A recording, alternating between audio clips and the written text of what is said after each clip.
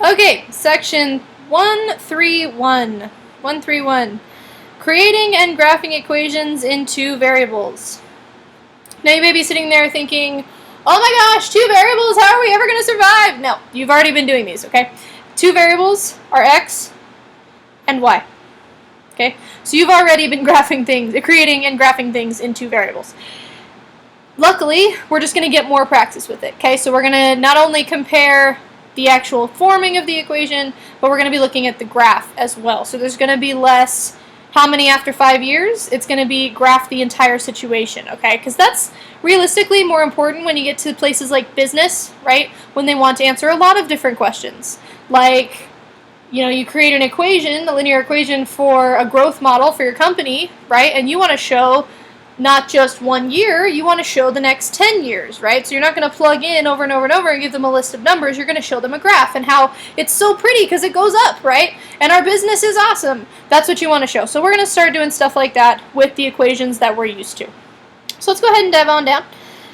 This first page is entirely vocab, stuff we've seen before. This second page, though, is super important. Okay, so the sub part of the second page, it's got creating equations, so the steps for creating them, both the y equals mx plus b and the y equals ab to the x.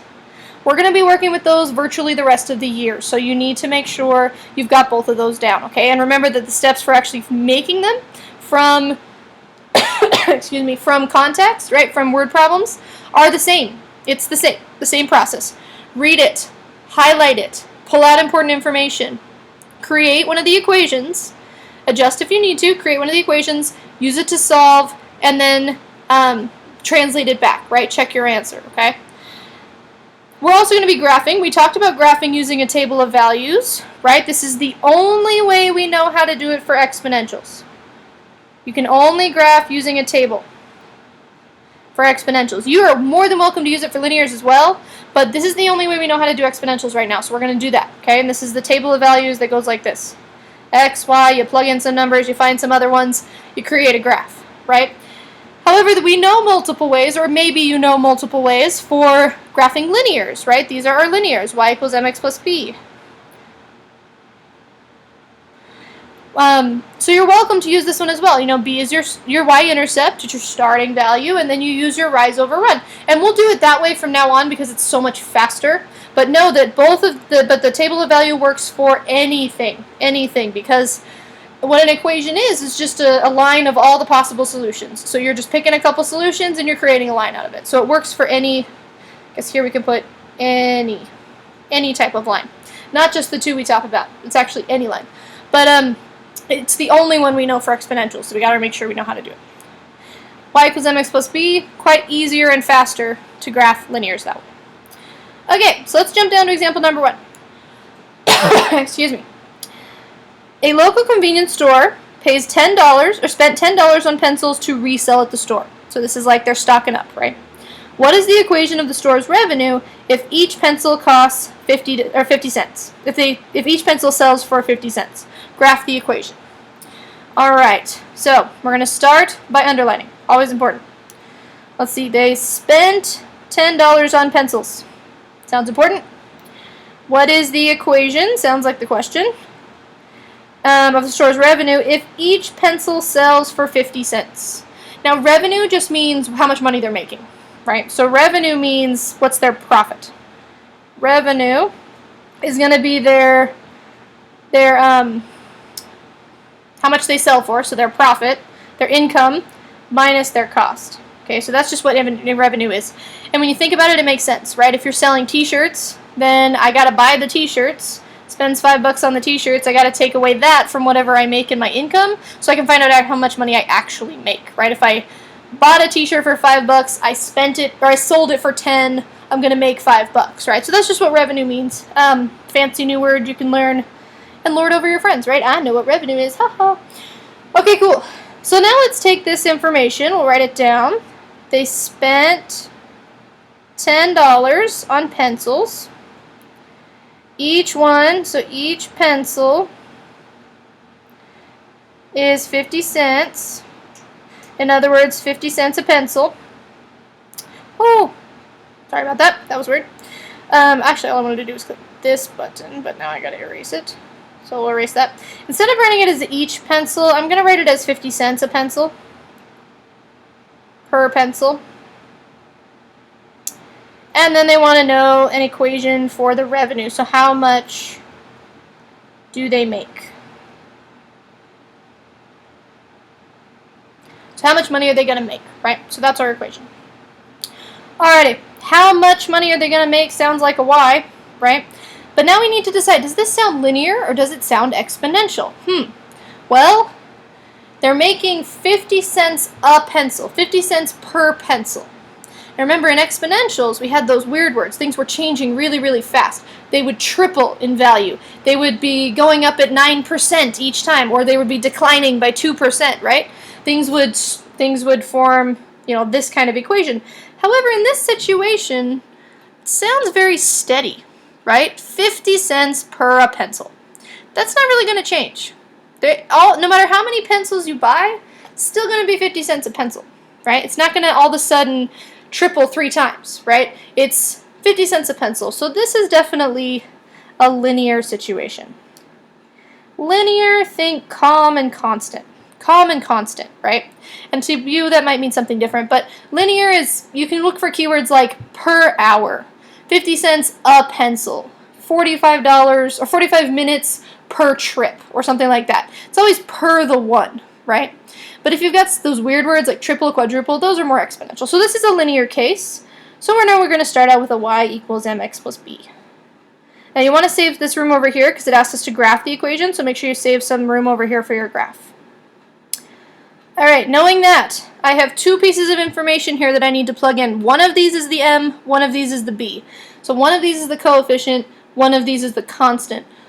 What would be the coefficient? What deals with the x here? Well, first off, we got to define x, right? What is x? What is x in this problem? How much do they make for each? How much money do they make? Is how much is the y, right? How much money? But then x is going to be, well, we got to figure out how many pencils they sold, right? If they sell 1 pencil, they're going to make a different amount than if they sell 100 pencils, right? So x has to be the number of pencils. Knowing that, they're going to make 50 cents a pencil. So our slope is going to be 0.5 times each pencil, right? Just like it was when we were doing 111 and 121, right? When we first started learning these, it was always the $5 an hour, the 50 cents a pencil, right? That's the slope part, the part that gradually accumulates, right? It depends on that pencil number. What doesn't depend on pencil number is to spend $10, so that's going to be our constant. How am I going to put that in? Are we going to add it, subtract it, multiply it, divide it? Well, probably not the last 2, right? But if they're spending the $10, it's going to kind of be like our revenue equation, right? It's going to be the income minus the cost. They still have to pay back that 10, so it's going to be take away 10, right? Take away 10 for each one of those pencils. Alrighty, and we have our equation. Now let's go ahead and graph it, and let's consider what kind of graph we want here. What would make sense? So do I want to make all 4 quadrants, meaning I can have negative x's and negative y's? Well, let's think about x's. Can I have negative pencils? Probably not the best idea, right? So that doesn't even make sense. I can have 0 pencils, but I definitely can't have negative pencils. So I only want the positive side of the y, or the x equation, right? So the positive side of the x's, because it's pencils. Can I make negative money? Yeah, you sure bet I can make negative money. That sucks, but you definitely can't, right? You can lose 20 bucks. You can lose a max of 10 bucks out of this, right? So we want both sides of the y. Now, if you wanted to go ahead and create a 4-quadrant graph, and you just didn't use the left-hand side, that's okay, right? That's fine. But really think about ways to save space and show what you want to do, right? Because it's very important when you get into business, right? When you get into creating graphs for your boss, he only cares about one little part, right? And he doesn't want to spend 10 minutes while you're trying to zoom in to the little part that you're interested in. So if you create a graph that makes sense, it's better. You're a much more valued employee than you would be if you just kind of created weird graphs, right? If you created weird presentations, right? Same thing goes for PowerPoints. Don't create crappy PowerPoints. Alrighty. So we have our 2-quadrant graph here. We got all positive x's, but negative and positive y's.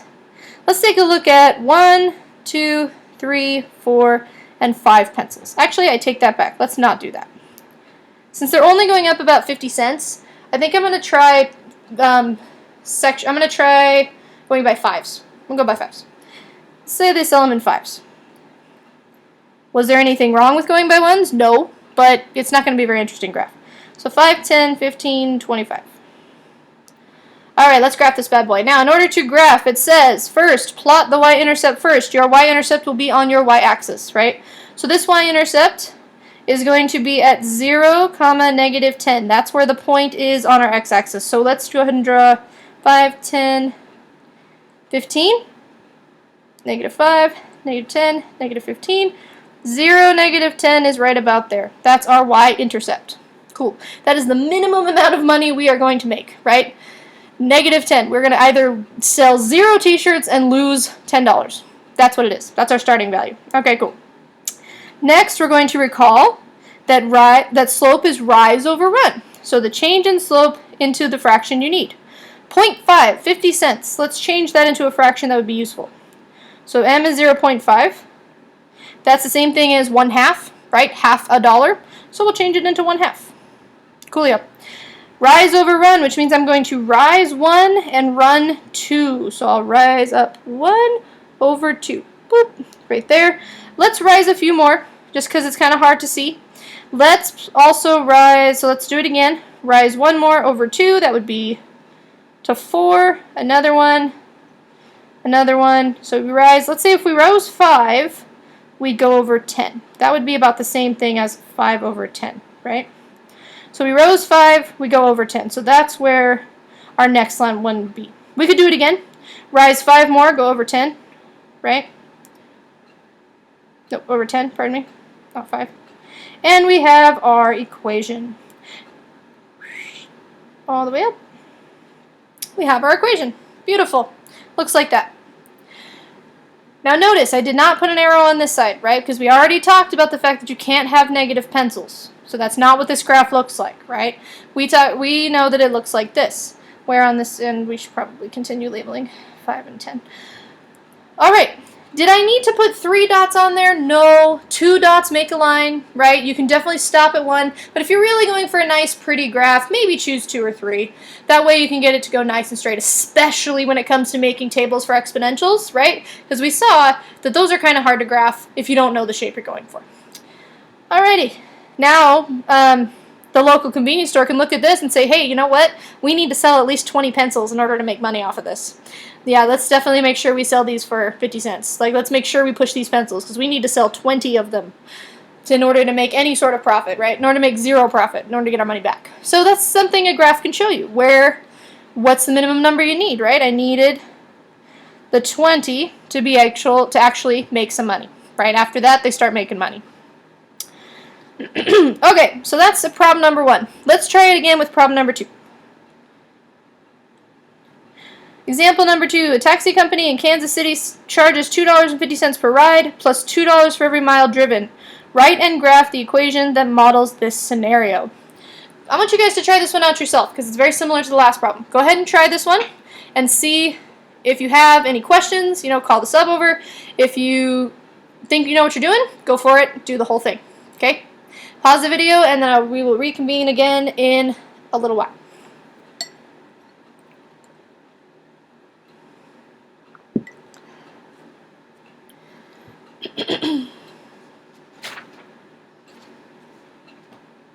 Alright, so I hope you had a chance to try this out on your own.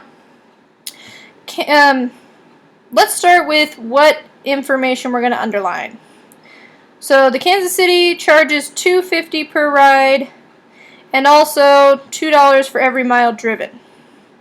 Write and graph an equation that models a scenario. So you may be thinking, hold up here. I've got $2.50 per ride and $2 for every mile driven. That's a lot of pers, right? That's a lot of pers. So why don't we do this, modeling a scenario of one ride. One ride. So let's just look at one ride. So therefore this per ride thing is no longer important because we know it's just the one. So we've got $2.50 for a ride and then also $2 per mile. That helps us create an equation. How much money per ride, right? So for one ride, how much money will it be for a ride? Now, It depends on a lot of stuff, right? It depends on the miles. That's what this section is about. There's not specific questions. It's not how much money for a ride of 15 miles, right? So it's not going to have one answer. We want to see how much it's going to be over time, like over all the miles. So our x is still going to be a generic variable. Our x is going to be, use brown, x is going to be the number of miles, because that's the thing that's going to change, right? That's the thing that's going to change. Again, we've got $2 per mile. Seems very constant, nice and slow, so this is going to be linear. And our equation ends up being $2 per mile plus the $2.50 to book it, right, is going to be how much it costs, or y. That's our equation. Awesome. Those are the pieces. Let's go ahead and graph that guy. I've got, okay, so if you think about it, can't go negative miles, right? That would be weird if you could. And unfortunately, I'm not going to have negative money, right, because they're not going to pay me for using their taxi ride unless I had some sort of coupon, but we didn't talk about that. So it looks like I'm just going to use a positive graph. Positive value for money, positive value for miles. So this is miles and money. Miles and money. I guess in the last problem, we definitely should have called this pencils and money, right? But here we got miles and money. Let's go by, let's see, $2.50, $2 a mile. Let's go by twos. Now let's go by ones. So 1 mile, 2 miles, 3 miles, 4, 5, 6, 7 miles. And then since we're going, we have twos, let's go by twos on the y-axis. 2, 4, 6, 8, 10. 2, 4, 6, 8, 10. Hopefully you can make it a little prettier because you're not using a stylus and a cell phone. You're using an actual piece of paper. Yeah, technology, always fun, right? That's okay. Alright, so this is our x, and this is our y. That is the amount of detail I expect to see on every single one of these graphs. If you go like this, I'm going to say no, go try again, because that makes no sense to me. That is worthless, okay? You must label your axes and label the units, at least a few of them, okay? I need to see some serious effort put into these, okay? So none of this. Yeah, it's garbage. Alrighty, let's graph some stuff. So, starting, it's a linear equation, so start with our y value, our b, 250. 250 is right about there. Not quite half, because I'm going by twos, right? So it's about a fourth. That's where it starts. And then this 2 is the same thing as a 2 over 1, so I'm going to rise 2 and run 1. So rise from 250, go up to 450, and run 1. Cool. And that should be enough to create an equation. Okay, we've got our line. Beautiful. Nice steady slope, right? Notice it's a straight line, right? It should be a straight line. I can test it out. Maybe I can put in, okay, so if I plug in like 5 times 2 would be 10, plus 250 would be 1250. This says my 5 should go up to about 1250. And it looks like it does, so that's good, right? Looks like it does. You can double check it with maybe a farther point out, but remember, 2 points make a line. So as long as you've got those two, you're good to move on, as long as you know you're right. Alright, I hope that's what you got. If you didn't, make sure you pause and figure out what you did wrong, right? Let's move on to example 3. Miranda gets paid $300 a week to deliver groceries. That's awesome. She also earns a 5% commission on any orders she collects while she's on her delivery run. Write an equation that represents her weekly pay and then graph the equation. Alright, so some important things I see. $500 a week, 5% commission on any orders, right, while she's out on her run. Write an equation that represents her weekly pay and graph the equation. So this is weekly pay, so per week, right? So instead of a week, we're just going to talk about 1 week here. So 1 week. Actually, I'm not going to write that there. I'm going to write it where we've been writing it over here with all of our other information. So 300 in 1 week.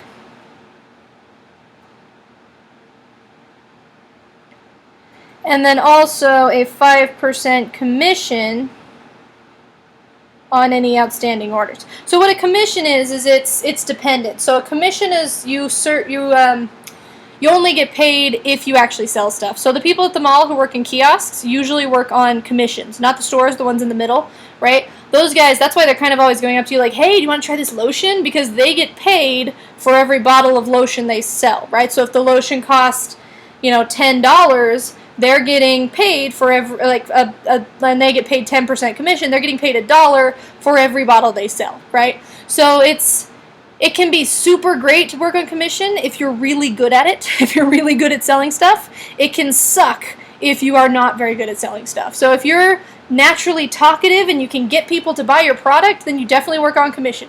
Real estate agents work a lot on commission, right? Because they sell these huge houses, right? And if they can get people to sell houses, they get these huge, big commissions on them. But, if you're working at, Target, and you get worked on commission, and you're just a cash register person, not that that's a bad job, you probably would want to work on hourly, right? Because it depends on how much people buy. If you're working on a Sunday, there's nobody there, you're not getting paid, right? So it really depends. Commission, it just means you get paid per item you sell. So in Miranda's case, she gets paid 5% for any of the orders she's out on her run. So if there was an order that was like $100, she would get $5 extra because she was out on a delivery run, right? So she got 5% commission on that. Alrighty, cool. Our equation's going to model how much she makes in 1 week. Wow, that was horrible writing. I do apologize. That's an M. Makes in 1 week. Alright, now I know what you're thinking. Percent sounds very exponentially. But not all percents are exponentials, unfortunately. That's a standard 5% commission. And notice it says 5% commission on any order, right? So per order, right? So this is 5% commission per order. It's that per order that you want to look out for. It's not quadrupling. It's not raising at a rate of 5 people, or raising at a rate of 5%, right? It's not 5% more if she has more orders. It's 5% of whatever orders are already there. So 5% times the order, right? So this one is actually going to be linear as well. It's another linear. Let's call X the number of orders. It's the number of orders. Or I should say, actually I take that back. Let's make X very similar. Let's make it the cost of all the orders, because she gets 5% of that cost, right? So it's not, if she just gets one, she's not making $5, right? Or she's not making 5 cents. If the order was $100, then she's getting $5. So we want to make X the cost of the orders that she actually makes while she's on her delivery. Knowing that, we can say that she makes 0.05 times X, right? Whatever that total cost was, she makes 5%. Be careful. 5% is 0.05. 50% is 0.5. Okay, so it's not the same. Make sure you move it 2 decimal places, right? 2 decimal places. Company's going to be very mad at her if they're taking half their money, right? And then she also gets that 300 no matter what. Sorry, one sec. I want to move this over here. So the total, how much she's going to make is that 0.05x plus the 300. And that's our linear equation. So that's how much she'll make in a week, depending on how many what the cost of all those orders are going to be. Let's go ahead and graph that. Let's see what she can actually get. Now, again, is she going to be paid $0? Is she ever going to be paid $0? No. Is she ever going to be paid negative dollars? No. Unless she is a horrible boss, they're not going to make her pay them money, right? So we can actually start this pretty high up. Let's start this. We'll have some X's, right? And she's not going to have any negative orders, right? They're not going to pay their customers either. So it's going to be all positive X's. This will be the cost of the orders. And then we're actually going to have an all positive Y, but I'm actually going to start it at 300. So what I'm going to do is I'm going to go breaky, breaky, breaky, break, and then up again. Some of you may have seen this. This little symbol here means I'm jumping a whole bunch of stuff. I'm jumping a whole bunch of stuff. So here I'm going to start at 300. And then 5% is really not very dramatic. So I'm going to go up by like, I'm going to go up by like 5s. I'm going to go up by like 5s. It's really not that great. So 305, 310, and 320. If you're going to do that little breaky symbol, make sure you use it wisely. Okay, use it wisely. If you break in, I know I like to say break for some reason. If you break in an exponential, you may end up messing up your curve. So watch out for that. If you have stuff below the break, you don't want to use it. If you have something at 1, you don't want to use the break. The break only works if you have absolutely nothing happening on your graph below 300. And we don't, right? The equation doesn't make sense below 300. So since absolutely nothing is happening below 300, we can use the break symbol. Here, if we had like a 5 and then a 10 and then it jumped to 300, we would want to see that. So don't ever break up your actual equation line. Just break up your axes. I hope that makes sense. All right, over on the x, I'm going to do, what do I want to do? I'm going to go by tens. I'm going to go by hundreds, actually. Because that makes sense, right? If you're ordering stuff online or groceries, you're not going to spend $5. You're going to spend about 100. So we're going to do hundreds. 200, 300, 400. Put it in a different color so we can see it. So 100, 200, 300, 400. And then 500. All right. And choosing my axes like that, it takes a little bit of experience. So it takes a little bit of what you're going for here. But when it's going to make it a lot easier to graph. So when you do that, consider what your equation looks like. If you're starting at 300, right? If your x value, if your y-intercept is 300, don't start at 0, right? If you're only going up by 5%, you want to use big numbers so you actually move, right? So if you want to make sure that you coordinate your graph that way. Now, if you end up choosing wrong and it's still you get up like teeny tiny little values that are moving, that's okay, right? That's okay. You still have a graph that makes sense, and if you want to remake it, you can, but make sure that your graph just makes sense at the end of the day. Okay, make sure it makes sense. All right, so let's try this out. Starting at 300, that'll be my y-intercept. And then my x-intercept, or my slope right now, is in the form of a decimal. And that doesn't help me when it comes to rise over run. So I'm going to make this into a fraction. So let's make this into a fraction. As a fraction, this would be, okay, I can move it back to 5 over 100. And that's, now you can see why I chose 100 on the axes, right? Because we're supposed to run 100 for every 5 we go up. So we'll rise 5 and run 100. And that's how we came up with our equation, or our line. Ta-da! All right. So once again, it just comes down to underlining, creating an equation. The only thing different now is we're not using it to solve something. We're using it to plot graph, and we're going to solve everything. That's what this is. So if anybody later on says, hey, so how much is she going to be paid if, you know, she works 300, if she has an order of $300? Well, then you can just go to the graph. There's 300. And kind of climb on up. And, oh, she makes about 320, right? So you can use the graph to answer some other questions. But that's for people who want to know. Right now, we just care about making the graph. Alrighty. Let's keep going. The velocity, or speed, of a ball thrown directly upward can be modeled by the following equation: y equals negative gt plus v naught, or vo if you want to go with that, where v is the speed, g is the acceleration due to gravity, t is the elapsed time, and v naught is the initial velocity at time 0. Some people call that v0, and that's totally fine. I grew up off v naught, like a naught, like a 0, like a k-n-o-t. So I'll call it v naught, but life goes on. If the acceleration due to gravity is equal to 32 feet per second, and the initial velocity of the ball is 96 feet per second, what is the equation that represents this velocity of the ball? Graph the equation. That's a whole lot of stuff, right? Let's take it piece by piece. Let's start with this equation thing. V equals negative gt plus v naught. That's crazy. That's just straight up crazy, right? V is equal to negative gt plus v naught. Well, let's look at this again. Is it that crazy?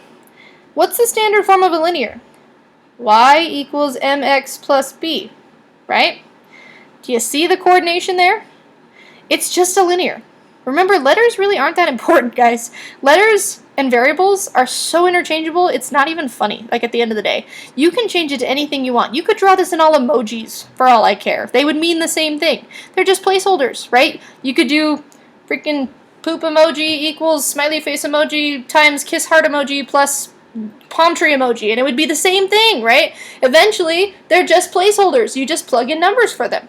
So when you see stuff like this, there's no need to panic. You're not learning new things. You're literally just changing letters, okay? You're just changing letters. So let's just change the letters, right? And it's nice because they actually define what letters they are for us. V is the speed. G is the acceleration due to gravity. T is time. And V initial is V initial, right? V naught is the initial velocity. So that's what we got here. All right. If the acceleration due to gravity is 32 feet per second, and the initial velocity is 96 feet per second, what is the equation that represents the velocity of this specific ball? Okay, so we know some things. We know that gravity is 32 feet per second. Per second. That just has to deal with the units on gravity. You're going to learn that to death in physics, so don't worry about that right now, but it's per second. Velocity initial is 96 per second. 96 per second. Okay, now they told me, but what variable was gravity? What variable was gravity? It was g, right? That makes logical sense. So this is g. Velocity initial, that's initial velocity, was v naught, or v0. Again, that's just a label. Call it the poop emoji for all I care. I'm probably going to get in trouble for saying poop emoji so many times. But whatever, right? We're almost adults here. So g and v, we actually know numbers for. So let's go ahead and plug those in. So plug those in. V, we actually don't know. That's just velocity, right? Is minus, gravity's 32, times time, plus the 96 of v naught. And again, look at how much that coordinates. In other words, we found our m, and we found our b, right? Found the m, we found the b. We're done. Cool.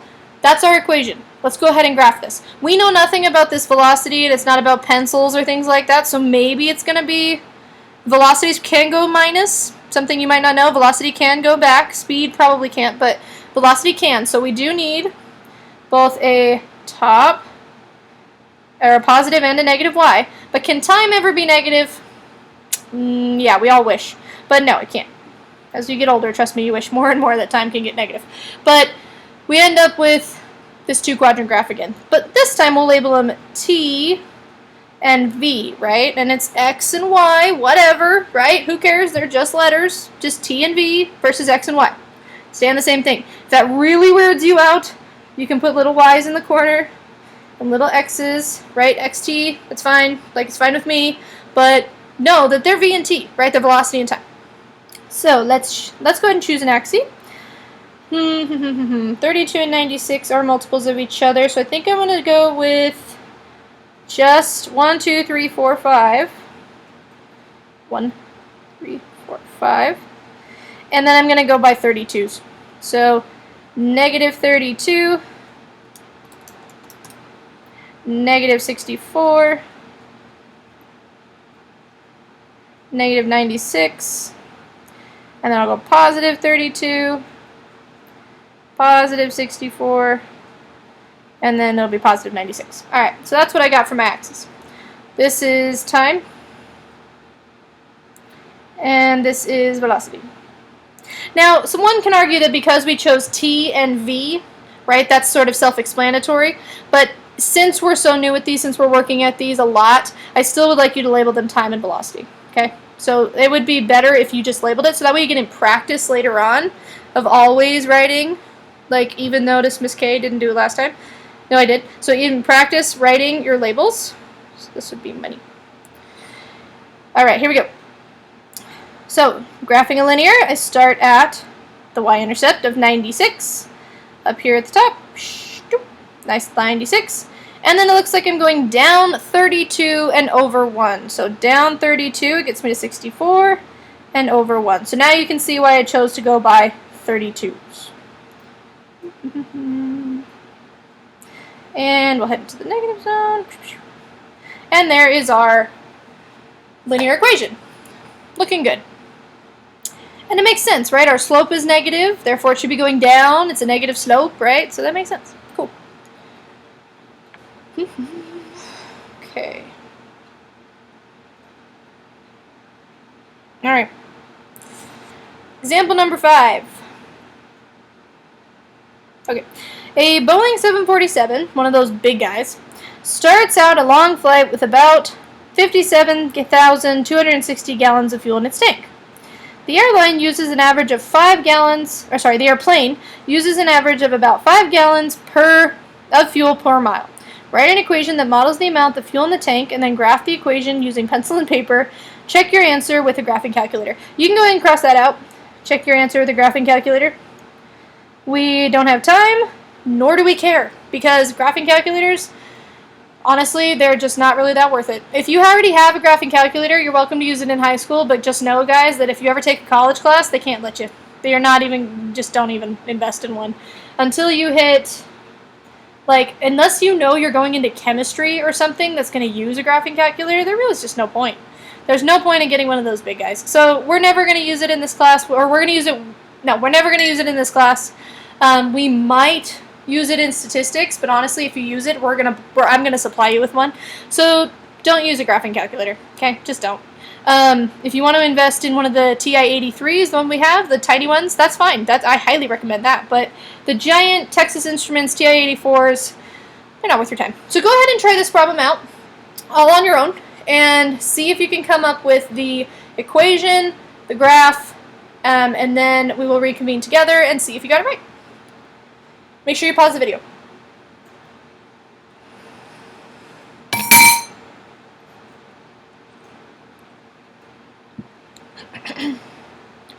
Alright, I hope you had some time to try this on your own.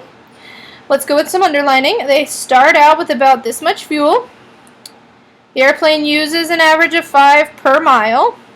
And we want to come up with an equation. So, start off with 57,260 gallons. Right, to start, and they're going to use 5 per mile.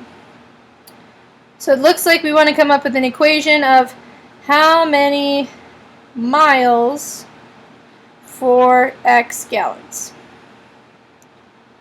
How many miles for X gallons? Okay, well, we have X number of gallons, and then they're going to use 5. So are they going to be adding 5 or subtracting 5? They're going to be taking away 5, so it's going to be -5 miles, or -5, miles per gallon, right? It's going to go down. But they're going to keep that, they're going to start, with the 57,000.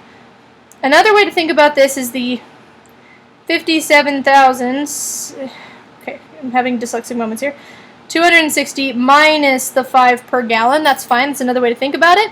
I just wanted to set it up in the equation form we were used to, right? So I put the x next to it. Y equals -5x plus 260, right? Or y equals this. It's the same thing. Alrighty, now I can go ahead and graph. Let's see. Gallons. Can't have negative gallons, unfortunately. So it's still going to be a positive graph. I know we've been doing that a lot lately, but that's not always the case, right? It's not always the case, okay? Sometimes you can have negative for x as well. So we'll call that gallons. And then negative miles, probably can't have negative miles. So even so, can't have negative miles as well. So we're going to make a positive graph. Positive.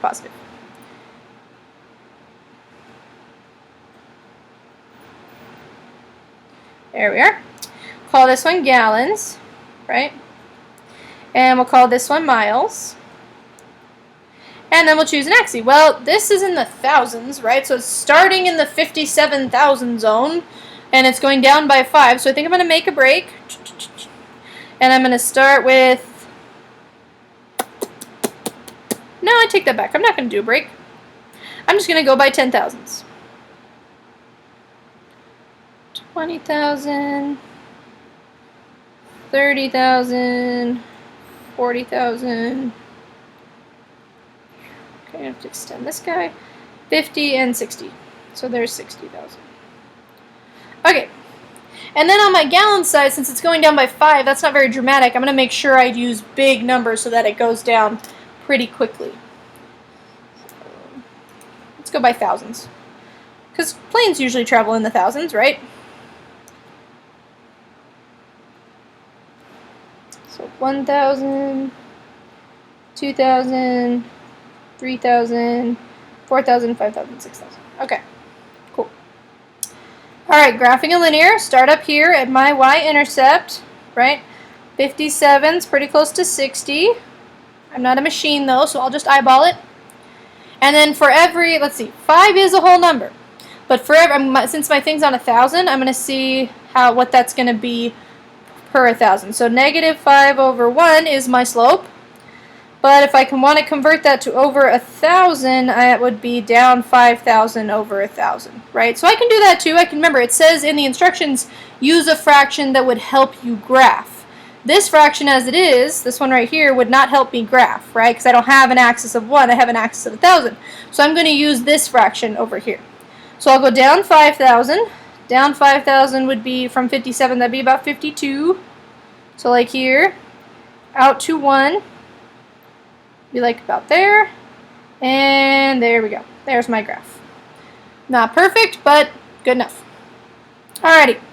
So hopefully you got something similar to that case when you tried this problem. If not, make sure you stop the video and get some help.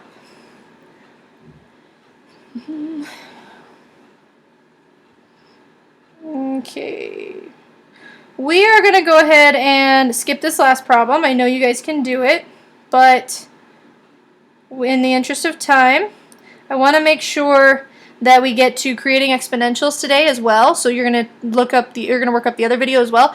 But that's basically it for when it comes for linears. Okay, so linears, definitely. So start with what you know, right? Underline, get the information, make an equation, and then graph it. Don't forget those axis labels. Don't forget what what makes sense as a graph, and then use your y-intercept and your slope to graph it. All right. Any questions at all? Make sure you get them answered. Otherwise, I'll see you in the next video.